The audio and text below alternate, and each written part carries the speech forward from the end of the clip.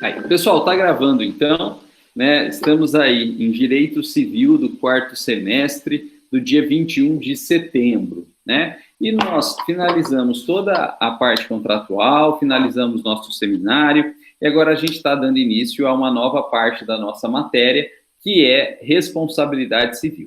E a gente vai estudar essa matéria, responsabilidade civil, até o final do semestre, né? E o material base para as nossas aulas, né, para o nosso estudo aí, já está disponível no Moodle. E aí eu peço a todos que, por favor, peguem esse material. Bom, pessoal, o que é a responsabilidade civil? Responsabilidade civil, na verdade, é uma modalidade dentro de algo maior no sistema jurídico, que é a responsabilidade jurídica, né? Então, a gente tem algo maior dentro do direito aí, que é a responsabilidade jurídica. E dentro da responsabilidade jurídica, a gente tem a responsabilidade civil. Mas veja que a responsabilidade civil, ela é só uma parte, né, digamos assim, dentro dessa ideia de responsabilidade, né, e da responsabilidade dentro do direito. De modo que existem várias outras responsabilidades. Em verdade, todo o ramo do direito ele tem a sua própria responsabilidade. Então, a gente tem responsabilidade civil, a gente tem a responsabilidade penal, a gente tem a responsabilidade processual, a gente tem a responsabilidade administrativa. Por que não? Por que não? Importante. A gente tem a responsabilidade político-eleitoral, né? Então, de modo que todos os ramos do direito aí, eles trazem incitamente a sua responsabilidade, né? A responsabilidade jurídica como gênero, né? E cada uma delas vai ser denominada segundo o ramo do direito que ela pertence. Então, responsabilidade civil, responsabilidade penal, responsabilidade administrativa, responsabilidade processual, responsabilidade política, eleitoral. Aí. Agora, pessoal, toda responsabilidade, ela pressupõe, na verdade, um comportamento, uma conduta da pessoa que transgride, que viola uma norma jurídica pré-existente. Responsabilidade jurídica, né, em geral, é sempre uma conduta de alguém violando uma norma jurídica pré-existente, né? Então, responsabilidade jurídica é uma conduta violando uma norma pré-existente. E a partir do momento que nós temos uma norma violando uma conduta violando uma norma pré-existente, o direito ele vai impor alguma consequência para quem praticou essa conduta e violou uma norma pré-existente.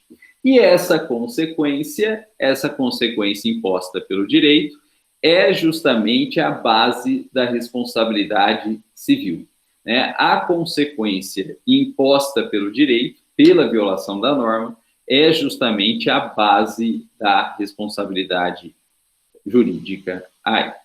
Pessoal, e essa consequência, ela tem o termo mais geral possível, né, vindo aí da disciplina Introdução ao Estudo do Direito, que é sanção, né? A responsabilidade jurídica, na verdade, é a violação é uma conduta violando uma norma, mas que permite a imposição, então, de uma sanção jurídica, né? A imposição de uma sanção jurídica. Pessoal, e retomando aí, né, lá atrás, as aulas de introdução ao estudo do direito, vocês viram que, ao menos na posição do Hans Kelsen, né, na posição do Hans Kelsen, para o Hans Kelsen, toda a norma jurídica é dotada de sanção, né? Para o Hans Kelsen, toda a norma jurídica é dotada de sanção. Pode variar o grau de intensidade, a forma dessa sanção, né? Porém, toda norma jurídica, para o Hans Kelsen, ela é dotada de sanção. Até porque, né, na opinião dele, Hans Kelsen, se não tivesse sanção, faltaria à norma jurídica, eventualmente sem sanção, o seu principal elemento, que é a coerção, que é a coercitividade, que é a obrigatoriedade, que é a imposição, né? Que é a imposição, né? Então, se a norma jurídica, na verdade, não tivesse sanção, ela não seria coercitiva, né? Ela não seria obrigatória, ela não seria impositiva. E se ela não tivesse essas características de obrigatoriedade, coercitividade, impositividade, na verdade, ela nem seria norma jurídica, né? Porque o que caracteriza uma norma jurídica é justamente essa coercitividade. E sem coercitividade, não é norma jurídica. Pode ser qualquer outra norma dentro da sociedade, né? Normas sociais de conduta, sim. Normas éticas de conduta, sim. E até por que não, normas religiosas. Normas religiosas, sim. As religiões têm as suas normas. Só que essas normas religiosas, elas não são coercitivas, elas não são obrigatórias, né? A pessoa segue normas religiosas porque ela quer, porque ela se sente bem, porque ela se sente confortável, não porque é imposta para ela, né? Né? Então, justamente essa imposição, essa coerção é que caracteriza as normas como normas jurídicas, né? E aí, pessoal, vocês podem me perguntar, pessoal, professor, então as normas jurídicas, elas têm sanção, elas têm essa coercitividade aí, né? E as normas sociais, então, o senhor está dizendo que não tem sanções? Não. Olha que interessante, eu não estou dizendo isso. Eu estou dizendo que as normas sociais, as normas não jurídicas, né, as normas sociais, as normas morais, as normas éticas e até as normas religiosas, elas não têm coerção, que é imposição. O que não quer dizer que elas não tenham sanções. Elas não necessariamente vão ter sanções. Não é necessário que elas tenham sanções. Mas também não é impeditivo, não é impedido, não é proibido que elas tenham sanções. Agora, veja, essas normas morais, éticas, sociais, religiosas, elas não necessariamente vão ter sanções, mas elas podem até ter. E se elas tiverem sanções, são sanções, de certa forma, mais brandas, né, do que as sanções jurídicas. Por quê? Porque as sanções jurídicas, elas são impostas junto com as normas por quem cria as normas, que é o Estado, Então, essas sanções jurídicas, elas vêm de fora, que é o Estado, para dentro, para cima do indivíduo. E o indivíduo, querendo ou não, ele vai poder ser preso, ele vai poder perder os seus bens, né, em razão das suas condutas contrárias às normas jurídicas, né, em razão da sua responsabilidade jurídica. Enquanto que as sanções que eventualmente existirem de normas morais, de normas éticas, de normas sociais, de normas religiosas, primeiro, não são obrigatórias, podem ou não existir. E as que existirem, elas não vêm de fora para dentro, elas vêm de dentro para fora, né? As normas morais, as normas éticas, as normas sociais e as normas religiosas, elas dependem do nosso acreditar, né? Do nosso acreditar. E também o descumprimento delas e o sancionamento por esse descumprimento delas está dentro da nossa cabeça, né? São internas às nossas cabeças, né? Se nós praticarmos alguma conduta que julgamos imoral, contrária à ética, contrária à sociedade, contrária à nossa religião, à nossa crença, somos nós mesmos que vamos nos arrepender dessa conduta, né? E a voz do arrependimento, aquele martelinho que fica batendo na nossa cabeça, queira ou não, se torna sanções morais, éticas, religiosas internas à nossa cabeça, né?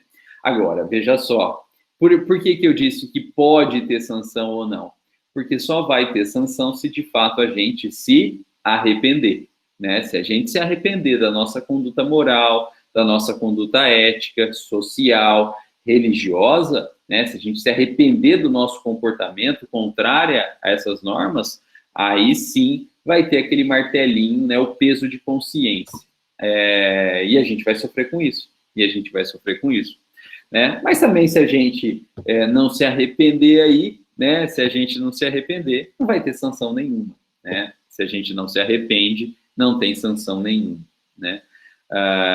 Então, mesmo essas normas sociais, éticas, morais, religiosas, elas podem sim ter sanção, mas no máximo elas conseguem aí uma sanção interna. Desde que a pessoa se arrependa, no máximo ela consegue uma sanção interna. Agora, pessoal, um erro que é muito comum. Quando a gente fala sobre isso, pode dar a falsa impressão, né? Pode dar a falsa impressão que a sanção interna é de fato mais branda que a sanção externa, né? Pode dar a impressão. Por quê? Porque na grande maioria dos casos é verdade. Na grande maioria dos casos é verdade. A sanção interna, se ocorrer, ela ainda é muito mais branda do que a sanção externa, né? A sanção do direito, a sanção jurídica, que é a sanção que vem do Estado. E o Estado prende, o Estado pega patrimônio como sanção, né? E as sanções morais, éticas, religiosas, não prende ninguém, não pega patrimônio de ninguém, né? Então, poderia dar a falsa impressão que a sanção interna, né, ela é muito mais branda que a sanção externa. Na grande maioria dos casos é mesmo, é muito mais branda. Mas não necessariamente. Por quê? Porque, veja, se a pessoa acredita realmente naquela norma moral, naquela norma ética, naquela norma religiosa, e ela descumpre aquela norma que ela realmente acredita, que ela realmente crê naquilo, ela vai ter arrependimento, que é a sanção interna. E, pessoal, o arrependimento, quando ele vem, ele é ilimitado. Ele é ilimitado. Primeiro, ilimitado no espaço, no lugar. Por quê?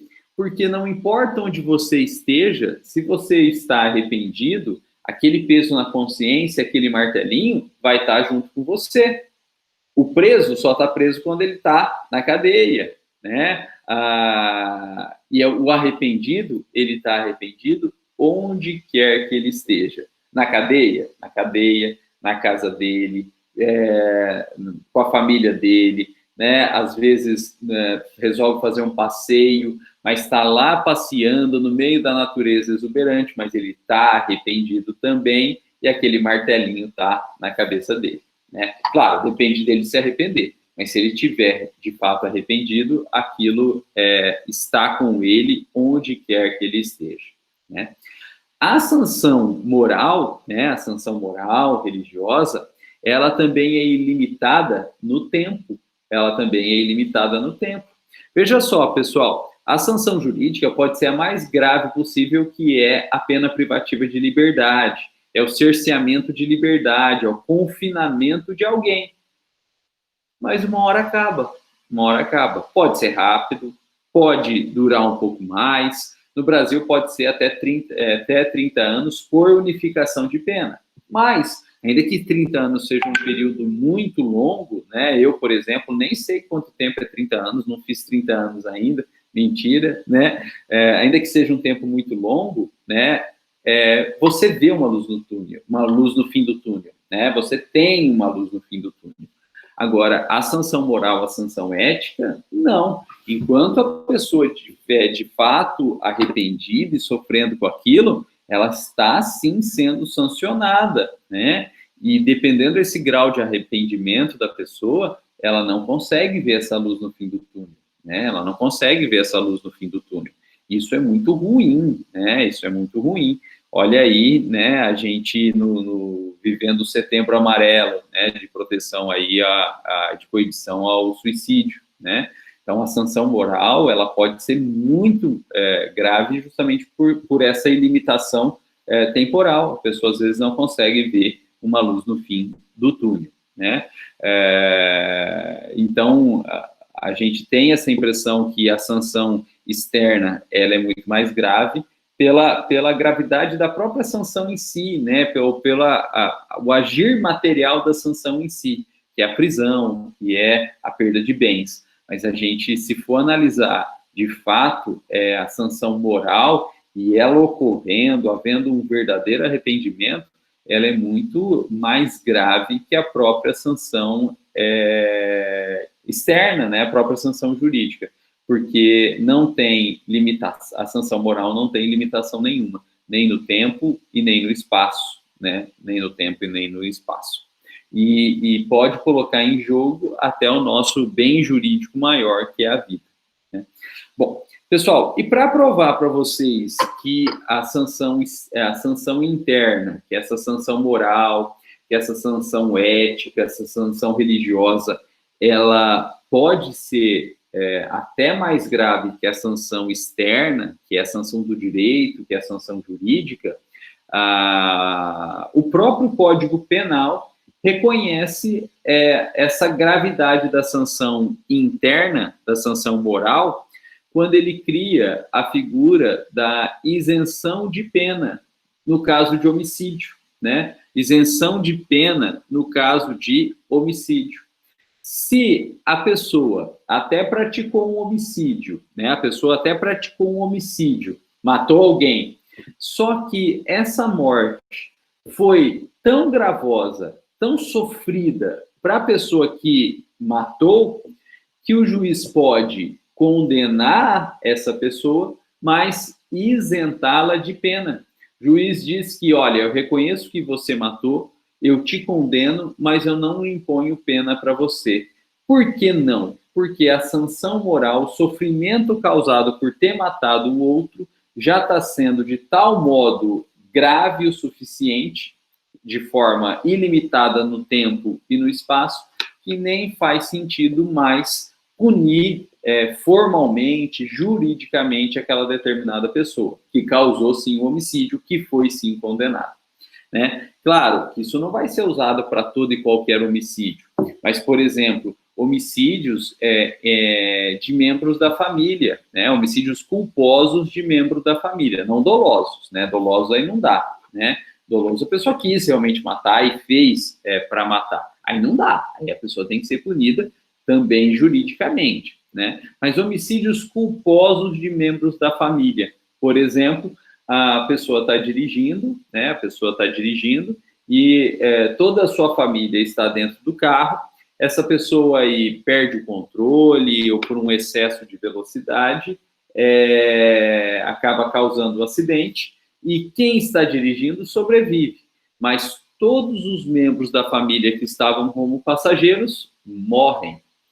Essa pessoa, então, que estava dirigindo, ela vai ser processada criminalmente? Provavelmente vai, né? Crime de homicídio culposo na direção de veículo automotor, né? Agora, se coloquem na posição dessa pessoa, né? Que está sendo, que estava dirigindo, está sendo processada, que provavelmente vai ser condenada. Gente, ela perdeu a família inteira dela. Então, se condenar também a uma pena privativa de liberdade aí, para 1, 2 anos, né, não faz sentido nenhum para ela, né? Não faz sentido nenhum para ela. Porque ela vai passar, não 1, 2 anos sem o restante da família dela, ou convivendo com o fato de ter causado a morte do restante da família. Ela vai passar o resto da vida dela convivendo com isso, né? Então, nesse caso, o juiz condena por homicídio culposo na direção de veículo automotor, mas deixa de aplicar a pena porque uma pena de 1, 2 anos de prisão é ínfimo, perto de todo o sofrimento que ela já está passando e que ela vai continuar passando, provavelmente, o resto da vida dela. Pessoal, isso é um caso real, né? Isso é um caso real e famoso aí. Aquela atriz Cristiane Torlone, né, que que está na TV fazendo a vilã da novela Estampa Fina, né, Tereza Cristina, né, aquela atriz, Cristiane Torlone, a atriz, fazendo o papel da Tereza Cristina na novela da Globo aí, né, novela das 9, reprise das 9. Ela, no começo da década de 90, tinha 2 filhos gêmeos, e ela foi dar ré, tirar o carro da garagem, né, dar ré tirando o carro da garagem, e um dos filhos entrou atrás, e ela acabou passando por cima e matando esse filho, né, acabou matando esse filho. Eram 2 gêmeos, né, e ela matou um desses filhos aí. E ela foi processada criminalmente aqui no Brasil, foi condenada pelo homicídio, né, homicídio culposo, mas o juiz isentou de pena, né, o juiz isentou de pena, porque ela, né, matou o filho, o próprio filho, e teria que conviver, então, com essa culpa, com essa responsabilidade, por isso que eu estou falando, né, dessa responsabilidade, e com agravante, né, ela veria o outro filho crescer, né, e ela não teria como ver um filho sem lembrar do outro que ela tinha matado, né, então ela foi isentada de pena, foi condenada, mas isentada de pena, e ela ficou tão mal mesmo, que ela já era uma atriz conhecida na época, mas ela mudou do Brasil, abandonou a carreira naquele momento, mudou do Brasil, né, foi viver em Portugal, para que ninguém conversasse com ela, assim, conversasse com ela, mas não soubesse da história, né, não soubesse da história, porque aqui tem esse outro lado também, né, aqui no Brasil, onde quer que ela fosse, à época, ela seria reconhecida como Cristiane Torlone, e ela seria reconhecida também pelo fato, né, e aí as pessoas já, ao menos naquele momento, não conseguiriam conversar com ela sem lembrar do fato, né? E, consequentemente, sem fazê-la lembrar do fato. Então, ela mudou para Portugal e ela viveu muitos anos em Portugal, até que ela conseguiu voltar aqui para o Brasil e conseguiu retomar a carreira dela, né? Então, é uma situação muito triste, né? Como a Kitty falou, e o direito tanto reconhece essa situação triste, que, havendo essa situação, veja só, não é uma situação antijurídica, né? Assim, a gente nem está analisando por esse lado, a gente está analisando pelo lado moral, pelo lado ético, pelo lado sentimental. Então, é uma situação muito triste. E o próprio direito, reconhecendo essa situação como muito triste, permite isentar da pena da sanção externa, da sanção jurídica, que é coercitiva, em razão da própria ocorrência e gravidade dessa sanção interna. Agora, veja, para o juiz poder fazer isso, ele tem que perceber que houve sanção interna mesmo, né? Ele tem que perceber que a pessoa realmente se arrependeu, que a pessoa está sofrendo. Se o juiz percebe ali, ao contrário, que a pessoa praticou esse delito de homicídio, culposo, mas não está se sentindo arrependido, não está sofrendo pela morte de um ente familiar ou de um ente querido, o juiz não é obrigado a isentar de pena, não, né? Ele condenar ele vai condenar sempre, mas mantém a pena, né, jurídica, a pena coercitiva, a pena externa, né? Manda prender, manda uma prestação, uma pena restritiva de direito, como prestação de serviço de comunidade, né? Enfim, prestação pecuniária, né? O juiz não é obrigado a isentar de pena, não. Ele vai isentar segundo o caso concreto, né? E o da Cristiane Torlone ficou evidente, né? Ela entrou numa depressão muito grande, né? Né? Enfim, a gente é algo que a gente consegue perceber aí, né? E também, pessoal, eu tive um caso aqui em Jales que um médico, né, estava dirigindo e ele não estava em excesso de velocidade, nada, né, mas ele acabou perdendo o controle do carro e a família inteira dele morreu, né, esposa e filhos, né, só ficou ele, né. Ele também foi processado, foi julgado, foi condenado, mas teve isenção de pena, né, ele não recebeu pena do juiz porque ele perdeu a família inteira, né. Aqui te perguntou, nesses casos nem vai a julgamento? Vai a julgamento, tem inquérito policial, tem denúncia do Ministério Público, recebe a denúncia, tem todo o processo crime, né? Todo o processo crime, tem a sentença. Na sentença, o juiz condena, é uma sentença condenatória, mas ele coloca lá, deixa de aplicar a pena em razão das circunstâncias morais que envolvem o fato, né? Ele deixa de aplicar a pena. Então, tem tudo normal, inquérito, denúncia, processo crime, sentença condenatória, ele só vai deixar de aplicar a pena, né, em razão de circunstâncias morais, né? É o que diz para a gente, se eu não me engano, o artigo 121, parágrafo 5º, se eu não me engano é o parágrafo 5º. Vamos pegar aqui, ó. Mas lembrando, isso aqui é penal, né? Mas o artigo 121, parágrafo 5º.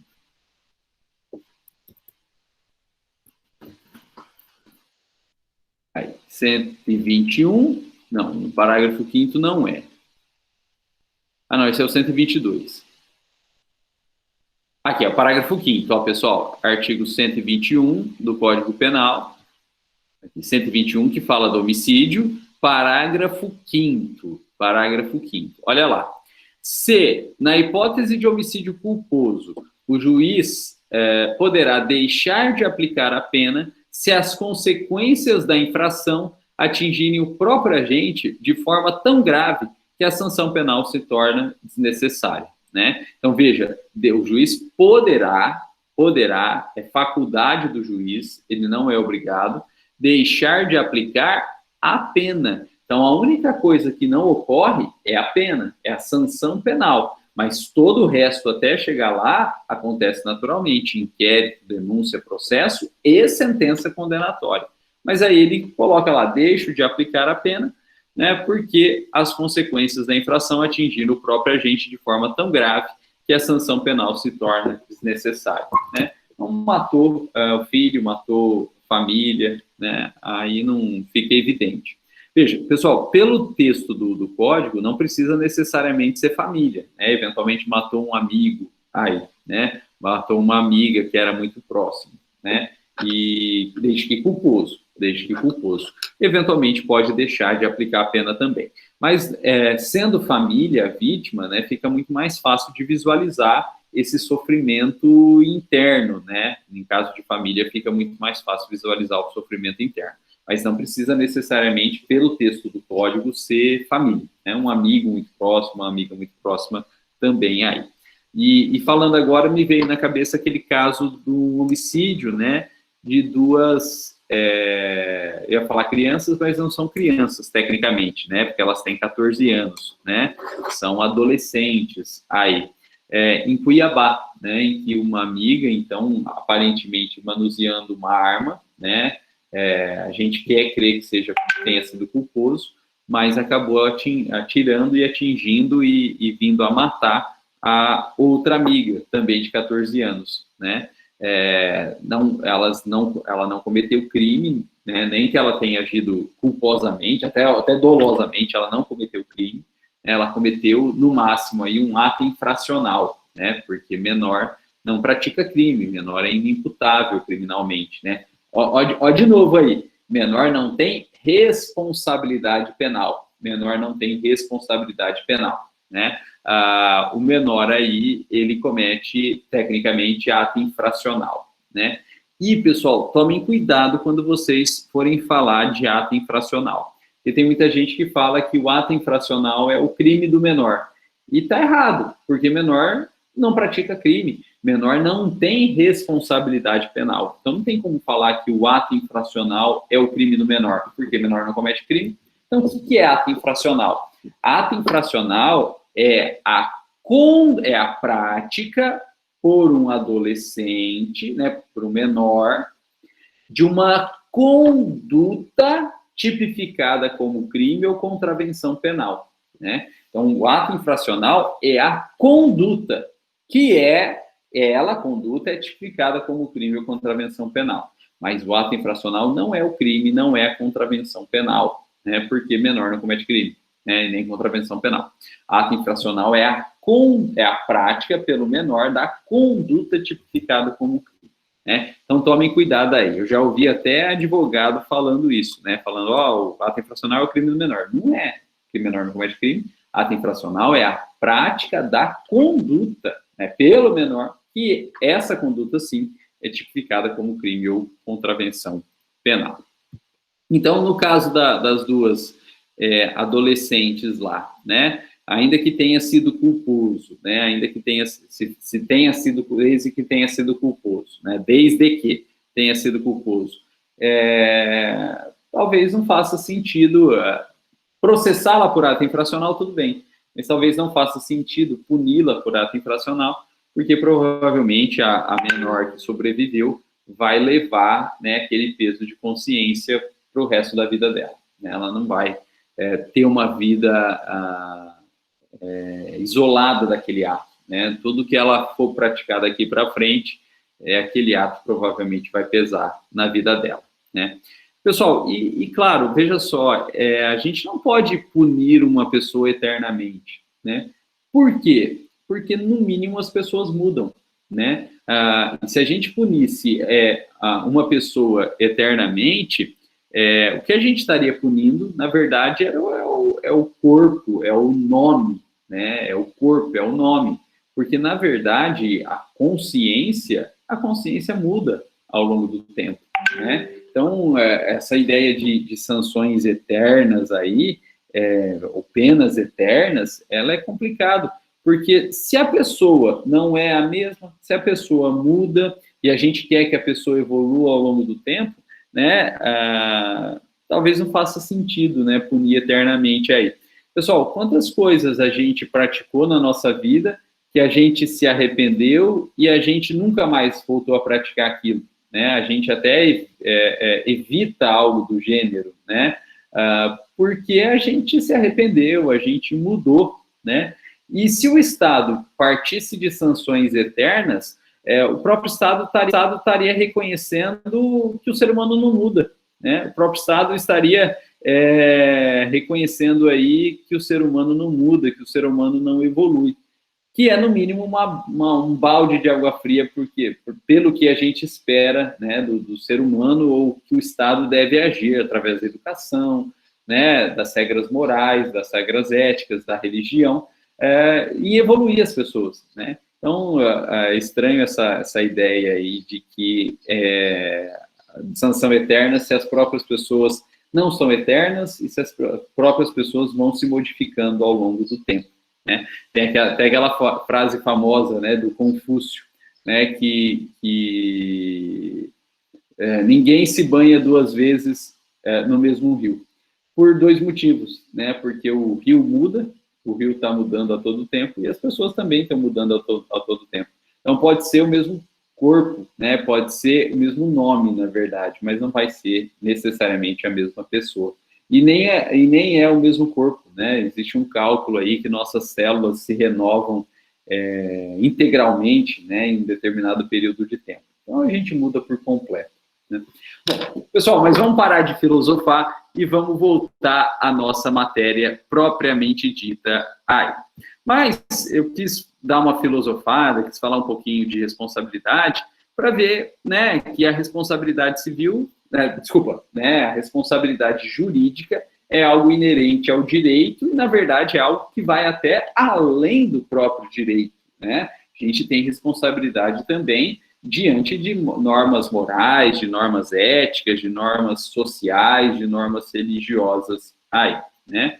E, consequentemente, né, para deixar claro aí que a responsabilidade, agora sim, civil, que é o nosso objeto de estudo, é apenas uma das modalidades de responsabilidade dentro desse cenário, então, muito maior, um cenário jurídico, um cenário ético, um cenário moral, um cenário religioso, né? A responsabilidade é algo que a gente convive em todas as searas da nossa vida, jurídica e também extra-jurídica aí. E dentro da jurídica, a responsabilidade civil é só uma das modalidades. A gente tem responsabilidade civil, mas penal, administrativa, processual. Bom, pessoal, e aí vocês vão me perguntar, professor, e dentro então do direito, que a gente tem a responsabilidade então em todos os ramos do direito, qual que é a diferença então de uma responsabilidade civil para uma responsabilidade penal? Veja que tanto a responsabilidade civil, quanto a responsabilidade penal, quanto a responsabilidade administrativa, quanto a responsabilidade processual, quanto a responsabilidade político-eleitoral, né, político-eleitoral, são sempre uma conduta, e essa conduta gera uma transgressão de uma norma existente. Sempre. Toda responsabilidade, ela é conduta que gera uma transgressão de uma norma pré-existente. Mas qual que é a diferença aí da responsabilidade civil para a responsabilidade penal? Que são as que a gente acaba vendo com mais proximidade. Pessoal, a diferença está em 3 aspectos. Primeiro, a seriedade da sanção penal, né? Porque a sanção penal, ela é muito mais gravosa do que a responsabilidade civil, né? Do que a sanção civil. Por quê? Na sanção penal, né, que vocês estão acostumados a trabalhar, a gente tem penas privativas de liberdade, né? Penas privativas de liberdade, que é a reclusão, a detenção e a prisão simples. E a gente tem também penas restritivas de direito, né? Penas restritivas de direito, como a pena pecuniária, como a limitação de final de semana, como a prestação de serviço à comunidade, né? Como a limitação de direitos, né? Acontece bastante em âmbito de trânsito, né? A limitação de direito acontece bastante em âmbito de trânsito, com a suspensão da CNH, né? Com a suspensão da CNH, que nada mais é do que a suspensão do direito de dirigir. Né? Então, tem essas sanções penais e elas acabam sendo muito mais sérias, né? Muito mais rígidas, rigorosas que a sanção civil, né? Agora, ainda que menos sérias, ainda que menos rigorosas, nós temos também sanções dentro da responsabilidade civil, né? A gente tem também sanções dentro da responsabilidade civil. E são duas, né? A primeira é a chamada sanção inibitória, né? Dentro da responsabilidade civil, a gente tem a sanção inibitória. E o que é a sanção inibitória? É a determinação para a paralisação, né? A inibição, a parada da prática de um ato ou de uma conduta lesiva, né? A inibitória, né, a sanção inibitória, nada mais é do que fazer cessar, parar a conduta lesiva, Essa é uma sanção da responsabilidade civil, fazer parar, né, fazer parar aí a conduta lesiva. Por exemplo, pessoal, olha só, um banco mandou um cartão de crédito para o correntista. O correntista não pediu cartão nenhum, mas o banco mandou. E mesmo o correntista não tendo pedido e nunca tendo usado o cartão, o banco começou a descontar a anuidade da conta desse correntista.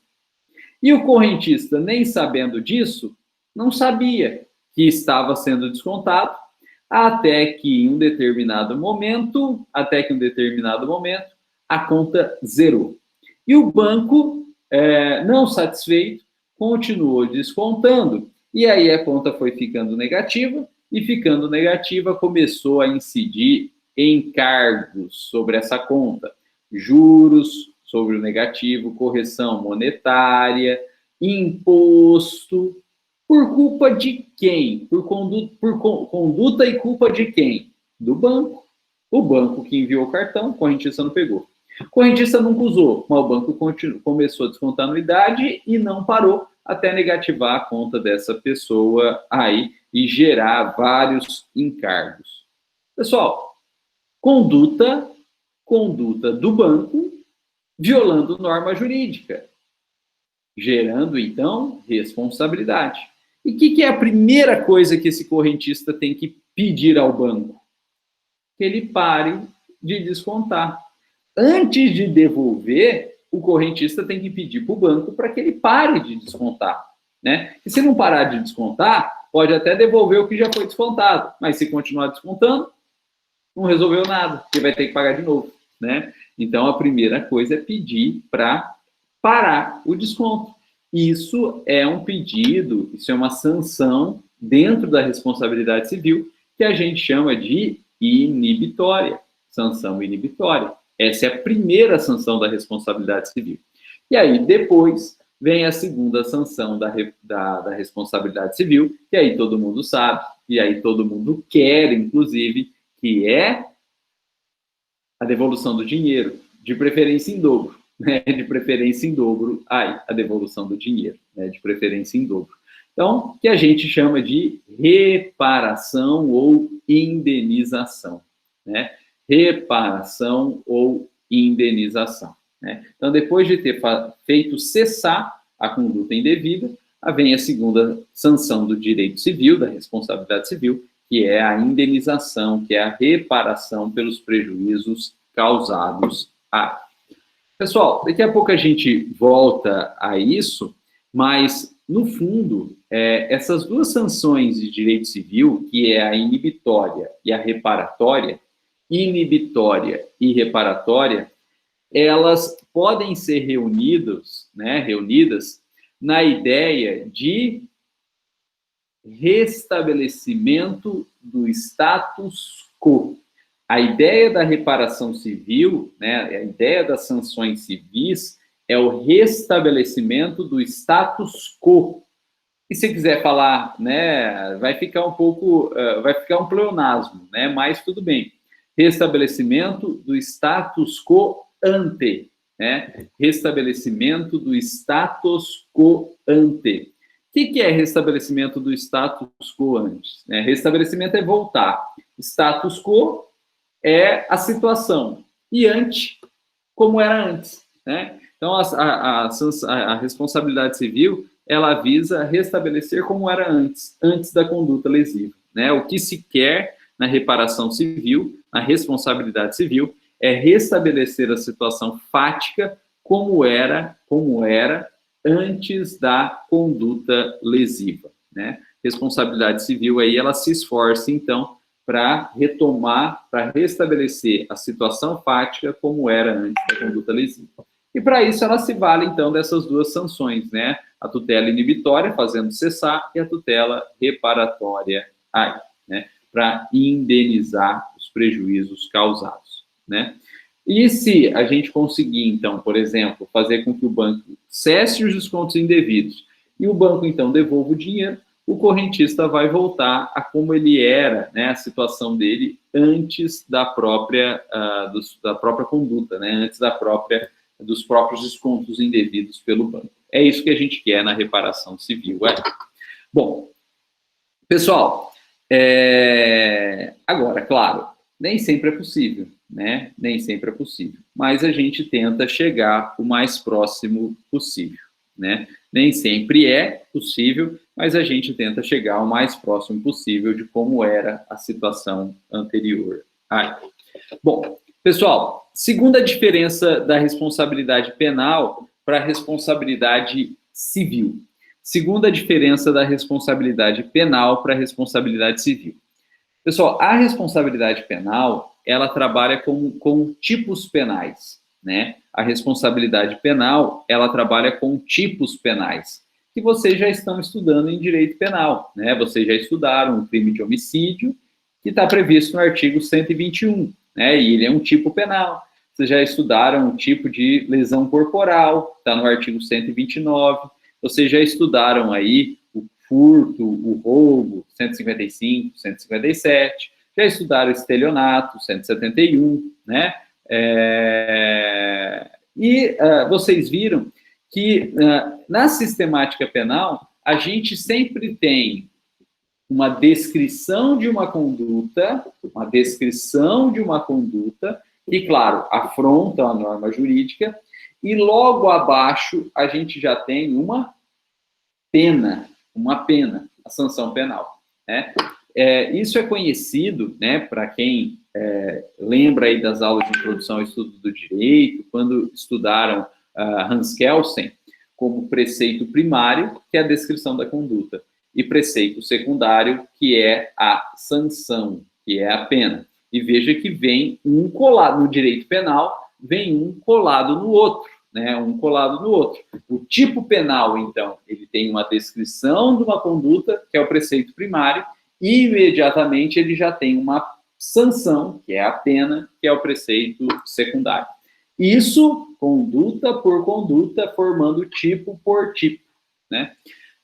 Agora, isso não ocorre na responsabilidade civil, né? Isso não ocorre na responsabilidade civil.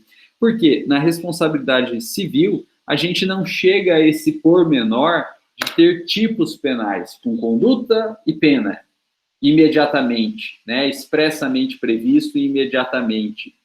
Né? A gente não tem isso no direito civil, a gente não tem isso na responsabilidade civil, né? A responsabilidade civil, ela acaba sendo muito mais aberta que a responsabilidade penal, né? A gente não tem descrições da conduta aí, né? Quem vai analisar mesmo se aquela conduta é digna ou gera responsabilidade civil ou não é o juiz, né? Não tem algo fechado, não tem algo travado, como é na responsabilidade penal. E por quê, pessoal? Primeiro motivo, em razão da menor gravidade das sanções, né? O direito penal, como ele trabalha com sanções mais graves, né, não poderia deixar tanto ao arbítrio do juiz, né, porque as sanções são muito graves. E se deixasse ao arbítrio do juiz, eventualmente a gente poderia ter penas ilimitadas aí, né, penas ilimitadas, né? Então a gente não pode deixar a critério do juiz. Vai ter juiz que é mais ponderado, né? Vai ter juiz que não, né? Então não poderia sanções penais deixar exclusivamente ao critério do civil, do juiz, porque as sanções são muito drásticas. Agora, no direito civil, e na responsabilidade civil, como as sanções são menos drásticas, né? Não tem tanta gravidade assim, não teria tanto problema também em deixar mais ao arbítrio do juiz, né? Então, a responsabilidade civil ela não é tipificada expressamente em lei, porque as sanções são menos graves, né? E não há, portanto, essa necessidade aí de limitação, né? O juiz consegue trabalhar de uma forma, né, mais ponderada dentro do direito civil, então não teria essa necessidade de limitação. E o segundo motivo, pessoal, é que no direito penal as normas são de ordem pública. No direito penal, as normas são de ordem pública. E em ordem pública, né, direito público, vocês já viram em introdução ao estudo do direito também, que só é possível fazer aquilo que a lei expressamente permite. E todo o resto que não expressamente permitido está automaticamente proibido, né? Então, no direito público, as proibições elas são mais categóricas, né? Enquanto que o direito civil e a responsabilidade civil, ele se baseia em normas privadas, né? E as normas privadas, pessoal, na verdade, elas dependem do interesse das próprias pessoas, né? Então, não está violando o interesse público aí, né? A norma privada, ela depende do interesse das próprias pessoas. Então, é algo mais leve, né? Algo mais leve aí, né? Além de que, numa norma privada, em tese é tudo permitido, né? Em tese é tudo permitido. Só vai ser proibido o que for expressamente proibido, né? Então, como é tudo em tese permitido, né? Não teria necessidade de você ter tipos propriamente proibitórios aí, né? Então, por conta disso, né? A responsabilidade penal, ela é obrigada a trabalhar com tipos sancionatórios, artigos sancionatórios, cada um deles com a descrição expressa da conduta e imediatamente uma pena. E o direito civil não trabalha dessa forma. O direito civil trabalha, então, com normas mais abertas, né, normas mais gerais, e dando um arbítrio aí às próprias partes, ao próprio juiz, no entendimento e na fixação da responsabilidade. Pessoal, quem explica para a gente essa ideia, então, de norma pública, norma privada, é o Silvio Rodrigues. E eu peguei aqui um trecho da explicação dele porque eu achei muito bacana. Olha o que o Silvio Rodrigues fala. Ele fala assim, Na responsabilidade penal, o delinquente infringe uma norma de direito público e seu comportamento perturba a ordem social, a sociedade como um todo, provocando uma reação do ordenamento jurídico representado pela pena, né? Ao passo que no ilícito civil, na responsabilidade civil, o interesse diretamente lesado é privado. O ato do agente causador do dano a terceiro deve ser reparado. A reação da sociedade é representada pela indenização. Então, veja que, no fundo, né, a conduta penal, ou a lesão penal, a responsabilidade penal, ela não é algo individualizado, ela acaba atingindo a sociedade como um todo. E é por isso que a gente tem, então, penas mais graves e a exigência de uma tipificação, né, descrição da conduta, para não ficar no arbítrio de ninguém, porque é algo social. Enquanto que, no direito privado, o interesse é privado, o interesse é de uma pessoa em específico, não afronta a sociedade. E aí, então, você tem normas mais brandas, penas mais brandas e desnecessidade de tipificação penal, né? Porque é algo a alguém, uma conduta já individualizada, né? Envolvendo pessoas em específico, tanto quem lesa quanto quem sofre a lesão, né? Então, a coisa fica um pouco mais branda aí. Bom, pessoal, e apresentado toda essa introdução teórica aí, a gente pode conceituar a nossa responsabilidade civil. Olha lá, pessoal, a responsabilidade civil é uma espécie de responsabilidade jurídica. Significa dizer que existem várias outras aí, né? Várias outras, né? Que deriva da transgressão de uma norma pré-existente, mas é sempre assim, é conduta e violação de uma norma pré-existente, mas que impõe principalmente o dever de indenizar, né? Impõe o dever de indenizar. E o que é indenizar? Indenizar é restituir o status quo ante. Olha aí, pessoal, aquela palavrinha que eu tinha comentado com vocês. Indenizar é restituir o status quo ante. E o que significa status quo ante? É voltar a como era, né? A voltar como era, fazendo cessar a conduta ilícita, e, claro, indenizando, reparando os danos causados. Essa é a ideia da responsabilidade civil. A responsabilidade civil é só uma espécie de responsabilidade, deriva da transgressão de uma norma e impõe o dever de indenizar. E o que é indenizar? É restituir o status quo ante, fazendo cessar a conduta lesiva e reparar os danos causados. Fazendo cessar a conduta lesiva e reparar os danos causados. Bom, pessoal, nós conceituamos a responsabilidade civil, né, agora. Nós já havíamos diferenciado a responsabilidade civil da responsabilidade penal, né, que são as duas responsabilidades mais comuns que a gente trabalha, mas eu não poderia dar sequência na aula sem comentar um pouquinho, né, e aí é meio até a título de curiosidade, as outras modalidades de responsabilidade que a gente tem, porque a gente acaba não vendo essas outras modalidades, né? A gente acaba não vendo essas outras modalidades de responsabilidade que a gente tem no direito, né? E eu gostaria de comentar um pouquinho com vocês.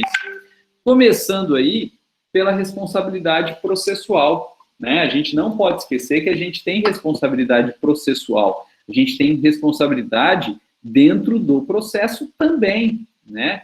E essa responsabilidade dentro do processo, ela se inicia por um princípio trazido expressamente pelo Código de Processo Civil de 2015, né, no artigo 6º ao 8º do CPC de 2015, que é o princípio da cooperação, né, princípio da cooperação.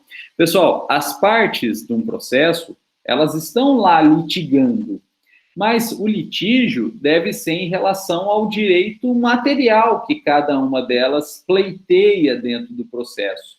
Agora, dentro do processo, elas têm que cooperar entre si.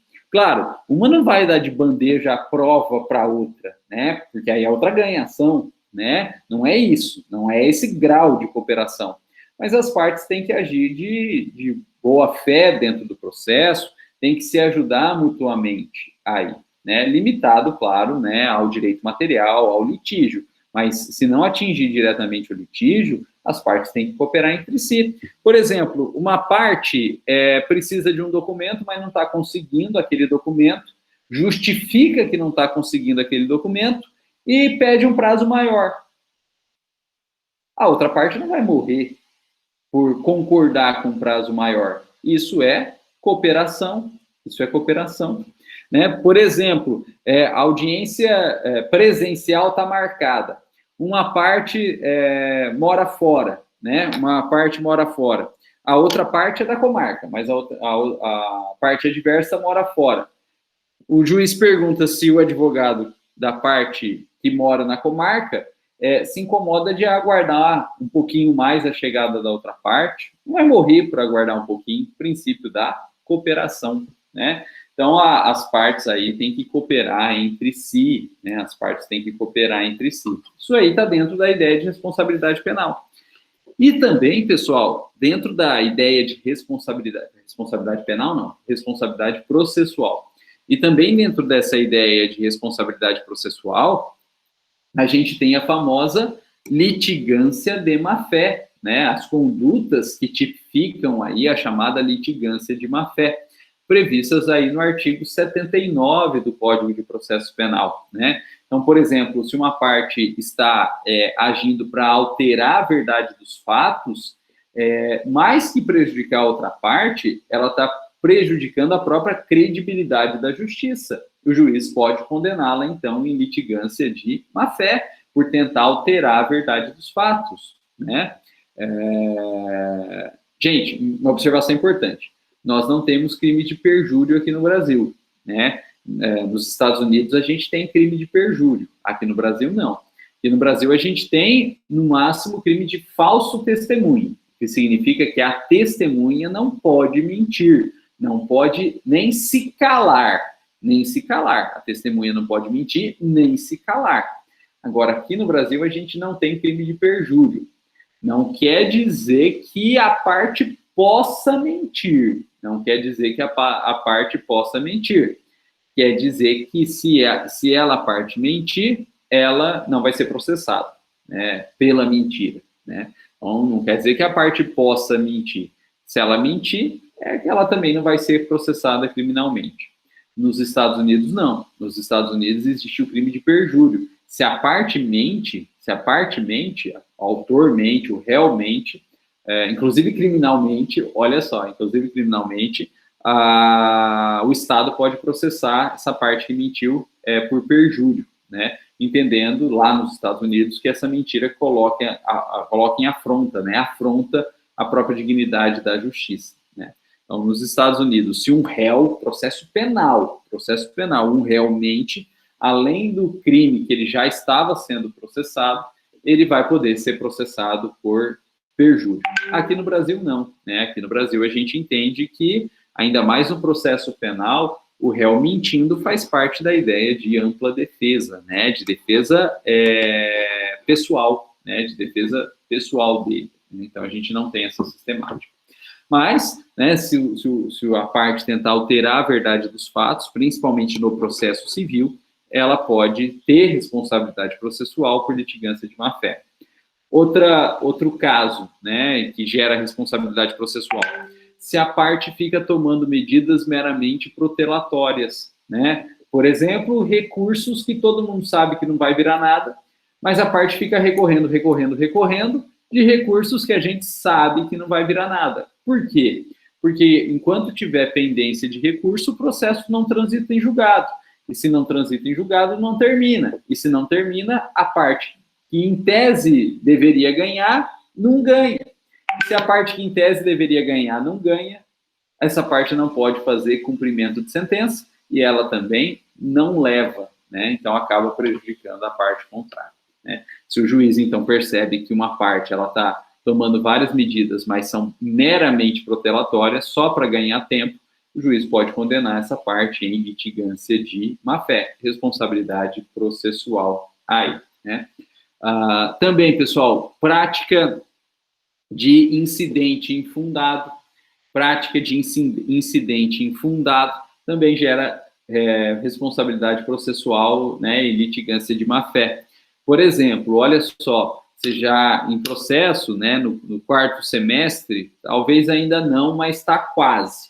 Vocês vão estudar as intervenções de terceiro, né? E uma das intervenções de terceiro é a desconsideração da personalidade jurídica, porque o processo é movido contra a empresa não paga, e aí, então, processualmente falando, é instaurado um incidente processual de desconsideração da personalidade jurídica, e o objetivo material desse incidente é trazer os sócios para dentro do processo, para que os sócios, então, com seu patrimônio pessoal, paguem as dívidas da empresa. Agora, veja, isso demora, isso dá trabalho, e isso envolve terceiros que inicialmente não estavam dentro do processo. Se o autor, então, credor, faz um pedido de um incidente de desconsideração da personalidade jurídica completamente infundado, sem base nenhuma, vai estar demorando o processo, dando mais trabalho para o juiz e prejudicando os sócios que não tinham, a princípio, nada a ver com isso, né?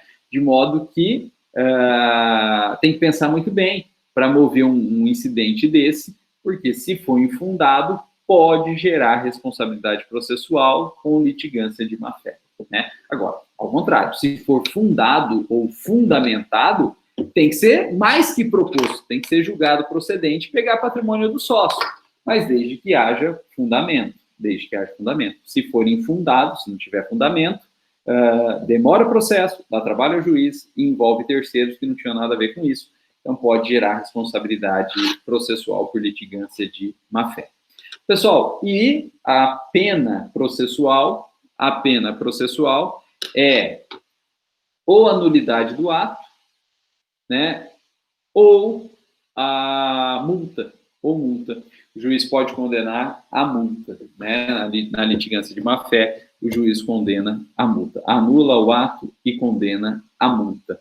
É o que diz pra gente, depois vocês puderem dar uma olhadinha aí, o artigo 81 do Código de Processo Civil, né? O artigo 81 do Código de Processo Civil. Bom, pessoal, e a gente tem também, olha só, responsabilidade administrativa, né? Responsabilidade administrativa. No âmbito aí dos servidores públicos, Olha só, o servidor público, ele tem uma norma de regência, que pode ser um estatuto, e se for um estatuto, esse servidor público é chamado de estatutário. Ou pode ser a própria CLT. E esse servidor público, ele é chamado, então, de seletista. E aí vocês vão me perguntar, professor, como que eu sei? Você vai ter que olhar o edital do concurso público daquele cargo, né? Porque se o edital que vai dizer se aquele cargo é regido pelo estatuto, e, portanto, é um cargo estatutário, ou se é regido, então, pela CLT, e aí vai ser regido pela CLT, né? Ele é seletista e ele vai ser regido pela CLT. Pessoal, e veja que o servidor público seletista, regido pela CLT, ele está sujeito, na verdade, às normas padrão do direito do trabalho, né? Inclusive à Justiça do Trabalho. Então, se um servidor público concursado, mas seletista, quiser demandar contra o empregador dele, que é o Estado, ele vai demandar na Justiça do Trabalho, não tem problema nenhum. Então, aí você tem o servidor público como reclamante, movendo a ação contra o empregador. Pode ser o município, pode ser o Estado, pode ser até a União Federal aí, né? No caso, então, de seletista, né? Pessoal, antigamente, a grande maioria dos cargos eram estatutários, né? Então, quem é concursado mais antigo aí, normalmente é estatutário, né? Hoje, os entes públicos estão priorizando por cargos seletistas, né? Então, quem provavelmente prestar um concurso daqui para frente, a chance de ser seletista, ser regrado pela CLT, é muito maior, né? e aí ele está equiparado, na verdade, ao empregado da iniciativa privada, inclusive, né, vai demandar contra o Estado na Justiça do Trabalho, né? Então, pessoal, a gente acha que só ente privado, né, empregado privado e empresa é que litigam na Justiça do Trabalho. Não, servidor público pode mover uma ação na Justiça do Trabalho, inclusive contra o empregador dele, que é o Estado, né, na Justiça do Trabalho, desde que ele seja seletista. Bom, pessoal, e se esse servidor público aí, seja estatutário, seja seletista, pratica uma irregularidade, né, dentro da sua função pública, ele vai ter, então, responsabilidade administrativa, e aí vai ser ele, servidor público, que vai ser processado pelo Estado. Ele, servidor público, que vai ser processado pelo Estado. Inclusive, existe a famosa lei do processo administrativo, a lei do processo administrativo, que traz para a gente os famosos sindicância, né, sindicância e PAD. O que é PAD? É processo administrativo disciplinar. Quando o servidor, então, pratica uma irregularidade dentro das suas funções, ele vai sofrer responsabilidade administrativa através de uma sindicância e de um PAD, de um processo administrativo disciplinar. Pessoal, a sindicância, ela tem um caráter mais investigativo, né? A sindicância, ela tem um caráter mais investigativo, né? E, eventualmente, ela pode aplicar sanção de advertência. A sindicância, no máximo, aí, ela aplica sanção de advertência. Mas se ficar apurado a irregularidade, né, se ficar comprovada a irregularidade dentro de uma sindicância, e é uma irregularidade grave, a ponto de que a advertência por si não é suficiente, a partir, então, dessa sindicância, é instaurado um PAD, né, um processo administrativo disciplinar. E o processo administrativo disciplinar, ele é mais complexo, porque ele garante, de fato, uma ampla defesa, né, e ele termina, então, num relatório, e esse relatório é encaminhado para mais alta autoridade dentro daquele órgão público, e a mais alta autoridade dentro do órgão público, com base no relatório do PAD, pode aplicar duas sanções, ou a suspensão do servidor público, e a suspensão ela é temporária, né? A suspensão do servidor público e ela é temporária, ou pode aplicar, então, a mais grave das sanções, que é a demissão.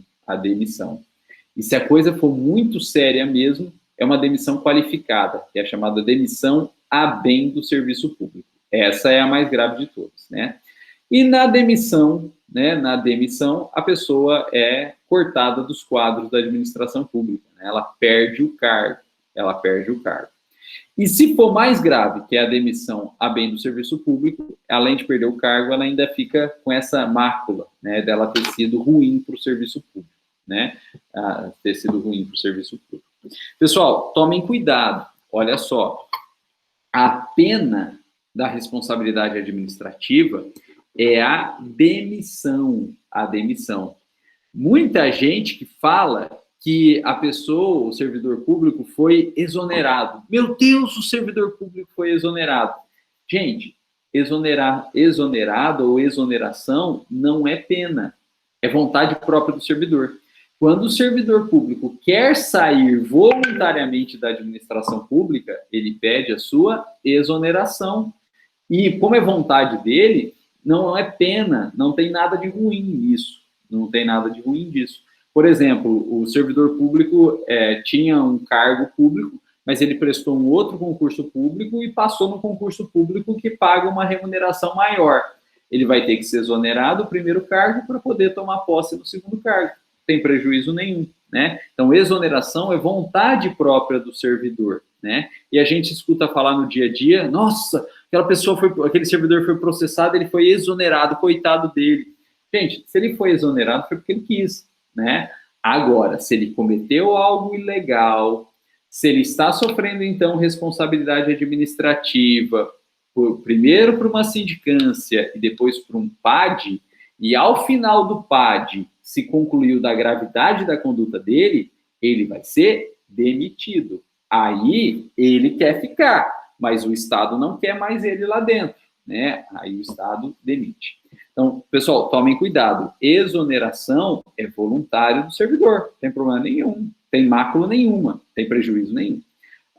Enquanto que sanção, o que é ruim, é a demissão, e a mais grave das possíveis demissões é a demissão a bem do serviço público. Aí ele fica maculado aí, dificilmente ele vai passar por fases subjetivas em concursos posteriores, né?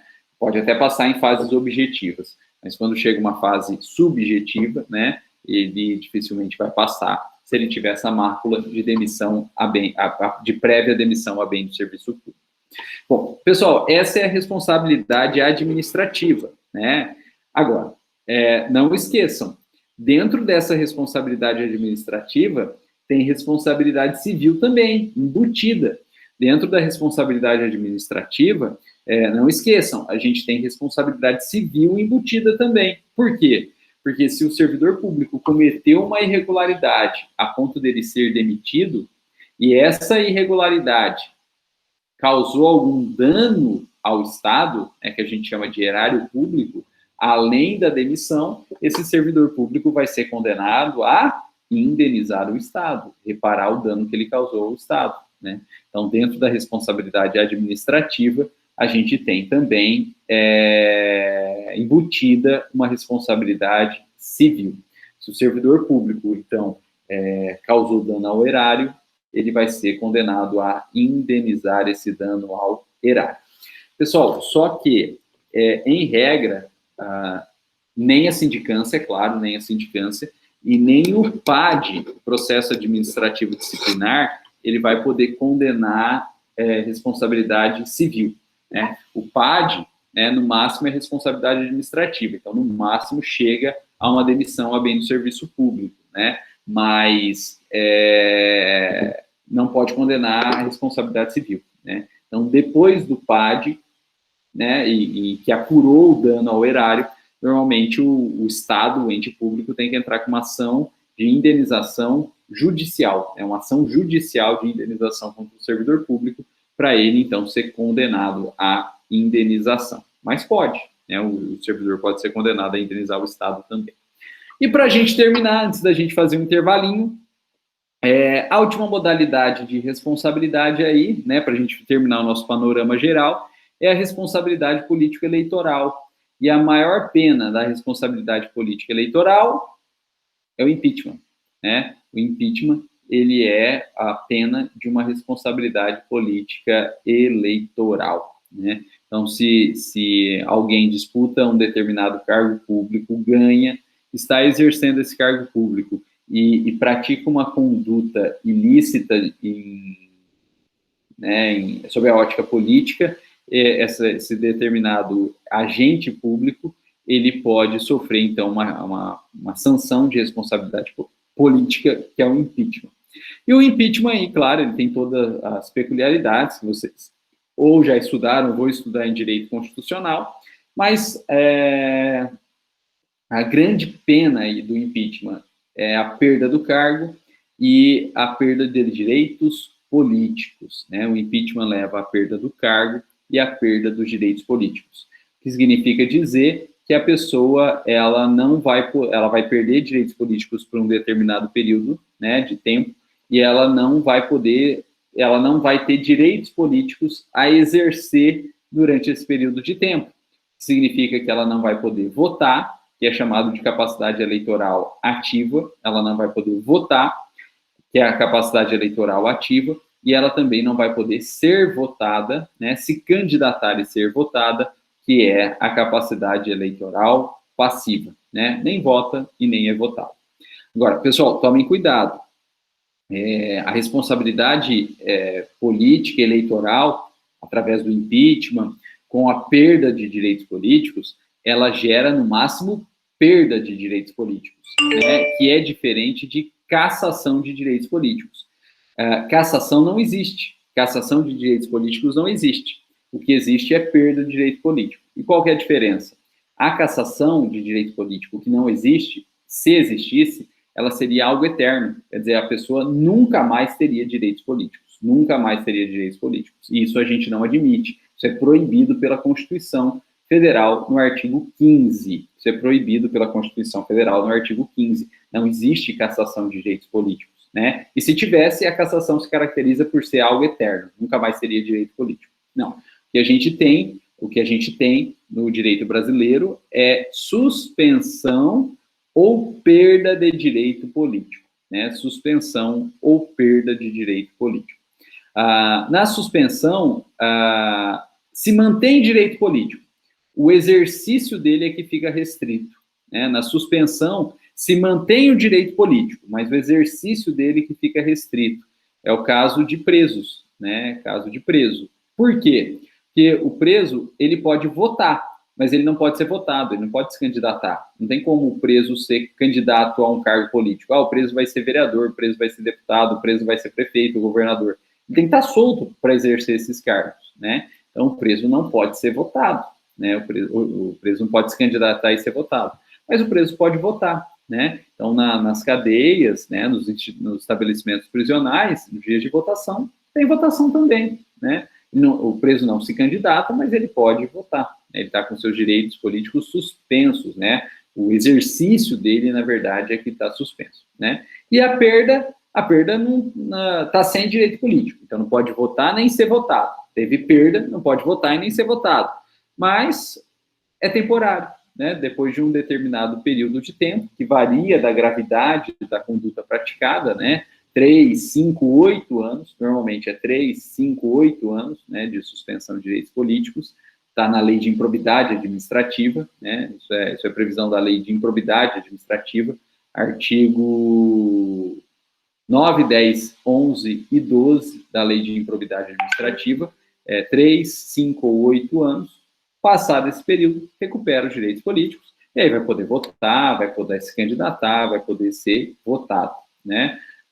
Dois exemplos que a gente tem, né? O Fernando Collor de Mello, ele renunciou, mas a renúncia não foi aceita e o processo de impeachment continuou no Senado, presidido aí pelo presidente do STF da época, que era o ministro Sidney Sanches, e ele foi julgado procedente o embargo dele, né? O impeachment dele, e aí ele perdeu o cargo de presidente e perdeu os direitos políticos por 8 anos. E o segundo exemplo, né, mais recente, a presidente Dilma Rousseff também sofreu impeachment, ela foi processada por impeachment no Senado, né, e esse processo de impeachment foi presidido pelo presidente do STF na época, que era o ministro Ricardo Lewandowski, e nesse caso da Dilma, teve uma dissociação. Ela sofreu impeachment e perdeu o cargo, né, de presidente, mas ela não perdeu direitos políticos, né.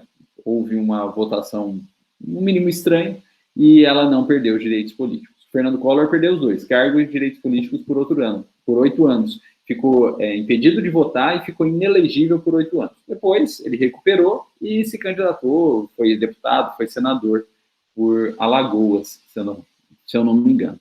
E a Dilma, ela perdeu o cargo, mas não perdeu os direitos políticos, então, imediatamente, na eleição seguinte, ela já se candidatou a senadora por Minas Gerais, não ganhou, mas se candidatou, pôde ser votada, recebeu votos como candidata a senadora por Minas Gerais. E com isso, então, a gente terminou a responsabilidade política e eleitoral. Pessoal, eu quis que a gente tivesse uma visão geral de responsabilidade, né, para que, de fato, né, pudesse perceber aí que a responsabilidade, ela é inerente ao direito, né? A responsabilidade jurídica, ela é inerente ao direito. E ela está em todos os ramos do direito, né? Ela está em todos os ramos do direito. Em última análise, ela permite aí que a gente tenha uma conduta transgredindo uma norma e a responsabilidade, então, jurídica é que permite a imposição de uma sanção pela transgressão dessa norma jurídica. E é justamente essa transgressão e essa sanção, a aplicação de uma sanção, que traz a grande característica das normas jurídicas, né, a grande característica do ordenamento jurídico como um todo, que é a sua coerção, que é a sua coercitividade, que é a sua imposição, que é a sua obrigatoriedade, né? E com isso, a gente tem que as normas e as sanções jurídicas, elas são externas ao indivíduo, elas vêm sempre de dentro para fora, e independem da conduta, né, psicológica desse indivíduo. Se ele está arrependido ou não, ele vai sofrer uma sanção jurídica, né? Mas, claro, as demais normas de conduta, normas sociais, éticas, religiosas, aí, elas não necessariamente vão ter sanção, mas elas podem ter, e se elas tiver, podem até ser mais graves que as próprias sanções jurídicas. Mas não tem coerção, né? Não tem coerção, não tem como imposição, né? Então, a gente acaba trabalhando para fins de maior efetividade mesmo, né, com sanções jurídicas, né? E quem permite a imposição dessas sanções jurídicas é o grande Instituto da Responsabilidade Jurídica, que ocorre em todos os ramos do direito. E a gente vai estudar mais precisamente daqui para frente a responsabilidade jurídica em âmbito civil, né, a responsabilidade civil. Bom, pessoal, eu vou interromper aqui a gravação para não ficar muito longo, mas a gente continua batendo um papo aqui. Alguém tem alguma dúvida? Alguém tem alguma pergunta? Alguém tem algum comentário? Fiquem à vontade.